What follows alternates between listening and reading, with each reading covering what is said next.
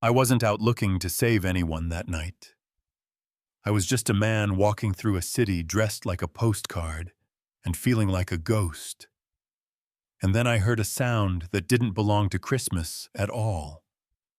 A small, cracked cry that cut through the bells and the laughter like a key through ice. I followed it down the alley behind Rooker's Diner, where the lights don't reach, and there she was, knees to her chest, sweater-soaked one sneaker split at the toe, holding a one-eared felt rabbit, like it was the last honest thing on earth, and there was a man swaying over her with a bottle in his fist, calling her a mistake, saying she ruined things. I didn't weigh pros and cons or think about headlines. I just stepped into the slush and put my body between his rage and her, shaking, said, "That's enough." And when he spit a curse and tried to square up, I didn't blink. I said, "Not tonight." And he stumbled off, muttering, "You know how cowards deflate when the audience changes."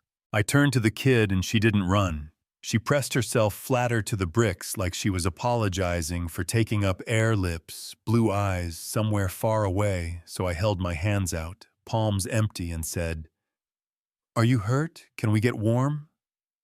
And she whispered the kind of sentence that rearranges a life.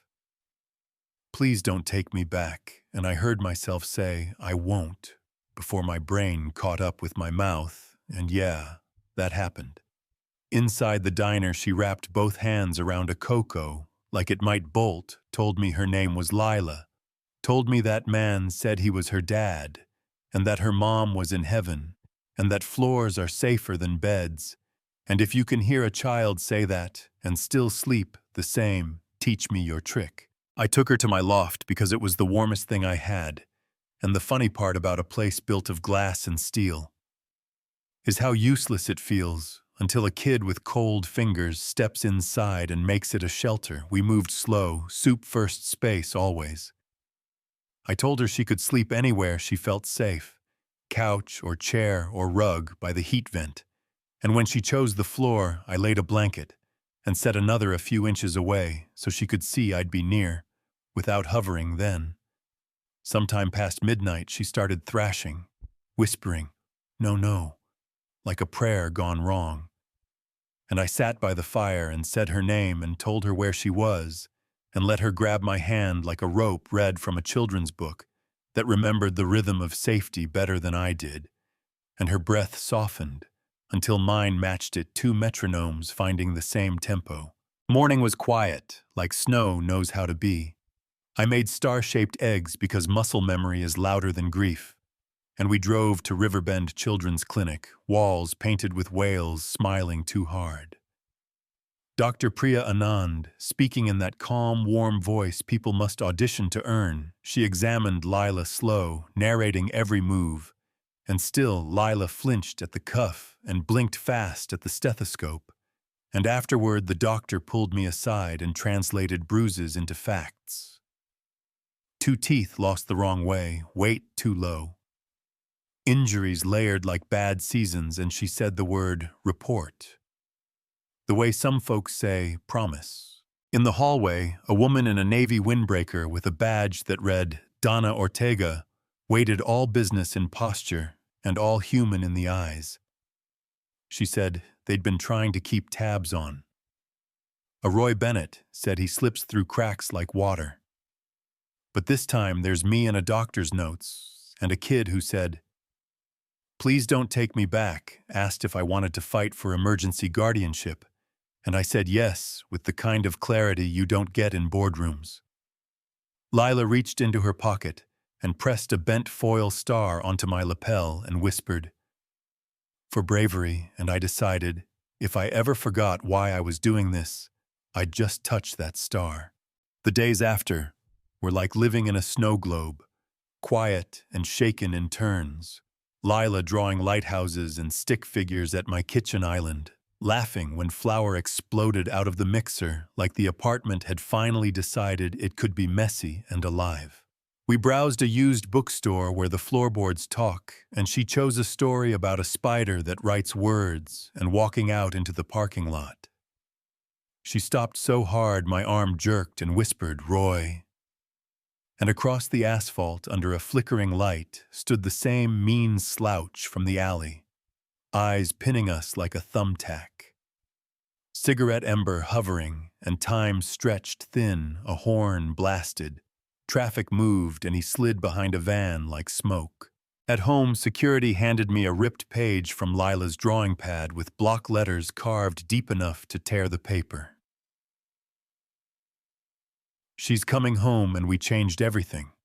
Right then, private elevator only, alias at the front desk, roots and routines shuffled like a deck. You don't show your cards.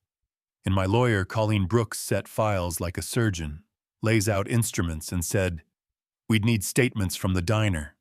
The clinic, my building neighbors who heard yelling in Roy's hallway, said we'd have to show where safety lives and be ready for people to decide I was buying a child.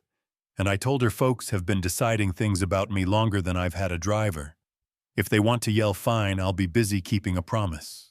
2 nights before the emergency hearing, a fight broke in the lobby, not cinematic, just noise and broken ornaments and a wreath on the floor, security radios chirping. And when the elevator doors opened, Roy was on my level, thrashing in a guard's grip, knuckles bleeding pine and glass, yelling, "She's mine," like human beings can be owned. And on the mezzanine, Lila froze into a statue that remembered fear, so I planted myself where her sightline met his rage and said, steady as a plumb line, "You don't own anybody, not her, not your temper, not the next 5 minutes. You're done." And he lunged, because that's the last trick of men built on bluster. But the guards held blue lights painted the marble. A Lakeport cop crouched to Lila's height and said, "He's going with us now," and I carried her back upstairs as the building exhaled. She didn't cry. Terror has a point, where it goes quiet and takes notes in her room. She asked, "If the judge says no, will you still want me?" And I said, "I already do, because love doesn't wait for a stamp." The judge at the emergency hearing wore the same fatigue as every courthouse clerk in winter. Colleen did her dance without drama. Anand told the truth without adjectives. Donna read the file like a roadmap, from harm to shelter, security, spoke about the lobby and the wreath. The judge looked at me and said, "Why?" And I said, "Because I heard 'please don't take me back' and couldn't put it down." And she granted temporary guardianship pending a full hearing. And paper isn't a miracle, but it can hold a door open long enough for hope to walk through. The loft changed in little ways, drawings taped along the hallway, like mile markers, 2 coats on 1 hook, laughter showing up unannounced. Lila sleeping in a bed more nights than not, still checking the corners, because habits take time to give up their keys. And 6 weeks later, the full hearing arrived with a storm that erased edges. Roy, in a suit that didn't fit, eyes hunting for someone else to blame. Words like careless, not cruel, tumbling out in a tone people use when they mistake a courtroom for a stage. And when they asked if Lila wanted to speak, she looked at me and then decided on her own, climbed into a chair with her feet not reaching the floor, and said, "My real dad listens. He makes pancakes with faces. He tells me floors aren't safer than beds. I want to stay where my heart isn't afraid." And the judge let the radiator hiss and the silence sit. And then she gave us a verdict that felt like sunlight, full guardianship to me. Roy's parental rights terminated, effective now. The gavel tapped, and somebody behind me exhaled a prayer they didn't know they were holding. We went outside into a city that looked brand new under the snow. Lila tried to catch a flake on her tongue, and missed, and laughed about missing, which told me more than any file ever could. We went home and made a paper ornament of 2 stick figures and a rabbit, and wrote 1 word at the bottom in careful letters. Home. And if that were the end, you'd think it was too neat, but life likes its edges, the internet said. What it says, some folks decided. I bought a story to fix my conscience. Some decided I rescued a child, some said nothing at all. And that night, Lila found me at the window and asked if people think I'm bad. And I said some will until they don't, and some will forever. and she touched the blue stitch in her rabbit's ear and said, "Let them talk, we have pancakes, and tell me that isn't the best legal precedent you've ever heard." So here's where I hand it to you, because stories don't end, they turn into choices. And I'm curious if this looks like charity to you or justice or something dangerous in between. If a stranger with money and a messy heart hears, "Please don't take me back," and says, "I won't," does that scare you more than it comforts you? Have you seen a version of Lila in a parking lot or a grocery aisle and, "What did you do, and if you think I was wrong? Tell me where and why, because I'll be in the comments." Listening, trying to learn how to burn pancakes. Less so hit, like if you believe beds are for belonging. Subscribe if you want more true things told plainly, and share this with someone who might need a reason to step forward. The next time a small voice asks for help, you know what I mean.